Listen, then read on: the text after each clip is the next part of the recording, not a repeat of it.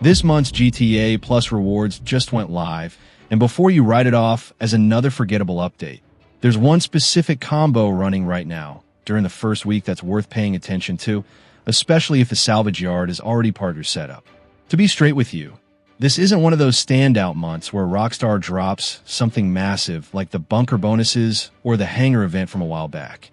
But buried in here is a stacking multiplier situation that a lot of players are probably sleeping on, and the window for it is short. So let's get into everything that's live and what's actually worth your time. The free vehicle this month is the Vapid Firebolt ASP, claimable from the Vinewood Car Club through April 1st, and it's a truck. Now before you move on, hear this out. Competitive racing lobbies aren't where this thing belongs, and nobody's pretending otherwise. What it actually delivers is solid power, reliable handling, and enough flexibility to build it as either an off-road setup or a clean street truck, depending on what you want out of it. For collectors or anyone who just want a versatile vehicle sitting in the garage, claiming it costs nothing and takes 2 minutes. So there's no real reason to skip it. The Salvage Yard is where this month gets genuinely interesting, and the timing right now matters more than people probably realize. GTA Plus members are getting double daily safe income from the Salvage Yard all month long. That alone bumps it up as a passive business. But during this first week, that doubled income stacks directly on top of the weekly event bonus, which is also doubling the payout, and the result is 4 times the normal daily income from that safe. The safe fills up noticeably faster than you're used to, which means players logging in regularly are pulling more out of that business this week than they'd normally see in close to a month of standard operation. The property itself and all its upgrades are also sitting at 50% off right now, so anyone who's been putting off buying the Salvage Yard has a reasonable case to pull the trigger on it this month. And for players already running Salvage Yard robberies out of that location, the boosted passive income stacks on top of what those active missions are already paying, which makes the whole operation run better than usual. The 4x window doesn't last past the first week, so clearing that safe daily while it's active is worth the few minutes it takes. Mr. Faber Work missions are running double money and RP this month as well, and the honest breakdown on these is a bit mixed. These are the contact missions tied to the Moneyfronts DLC, escorting assets, retrieving valuables, eliminating targets, and they're genuinely enjoyable to play through. Running one for this video, specifically the return on investment mission that takes you through the Diamond Casino, the final payout with double money active landed at around $27,000 for roughly 7 to 8 minutes of gameplay, delivery bonus included. At 3 to 4 minutes per mission, the math starts making more sense, but at 7 or 8 minutes, stronger money-making options exist almost everywhere else in the game.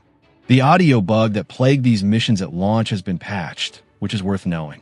When Moneyfronts first dropped, the return on investment mission specifically ran its dialogue at something like 60 to 70% lower volume than it should have, making it nearly impossible to hear anything. That's been fixed, so players who bounced off the content early because of that issue will actually get the full experience now.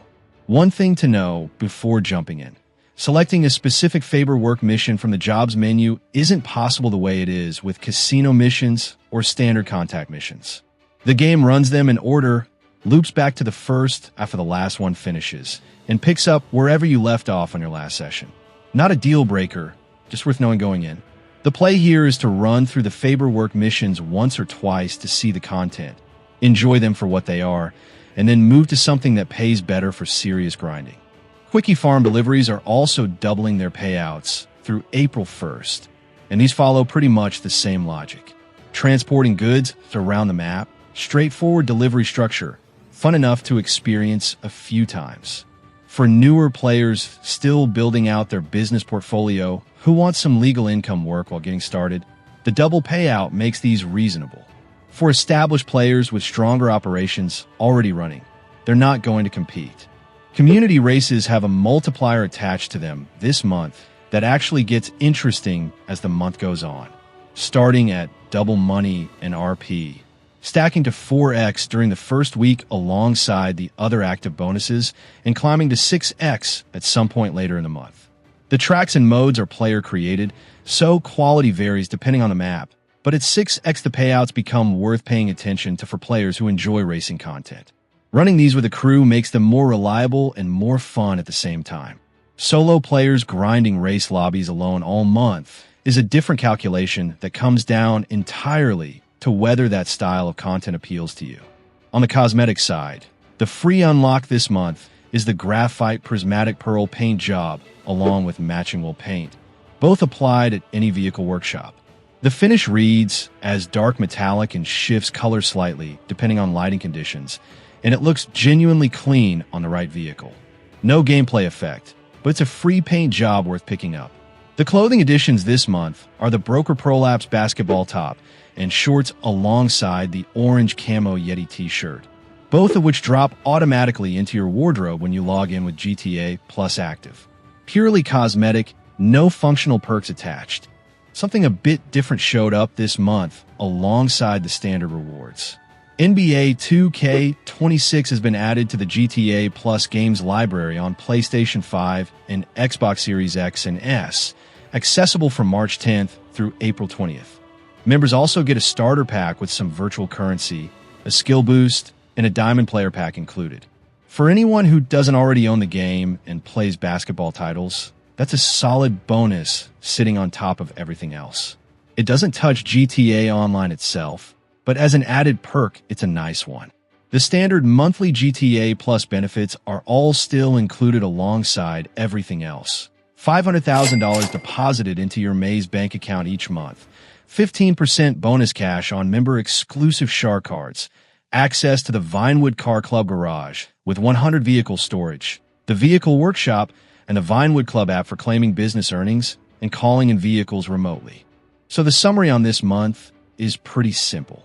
The Salvage Yard stacking situation during the first week is the standout, and if you're in a position to take advantage of the 4x window right now, clear that safe every time you log in.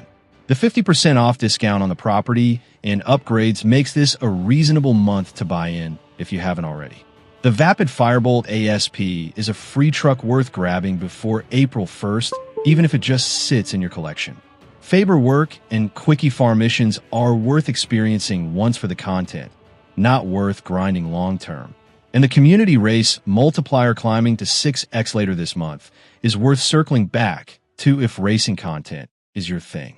Drop a comment letting me know whether you're already running the Salvage Yard or if this is the month you're finally picking it up, because I'm curious how many people are actually logging in to hit that 4x window right now.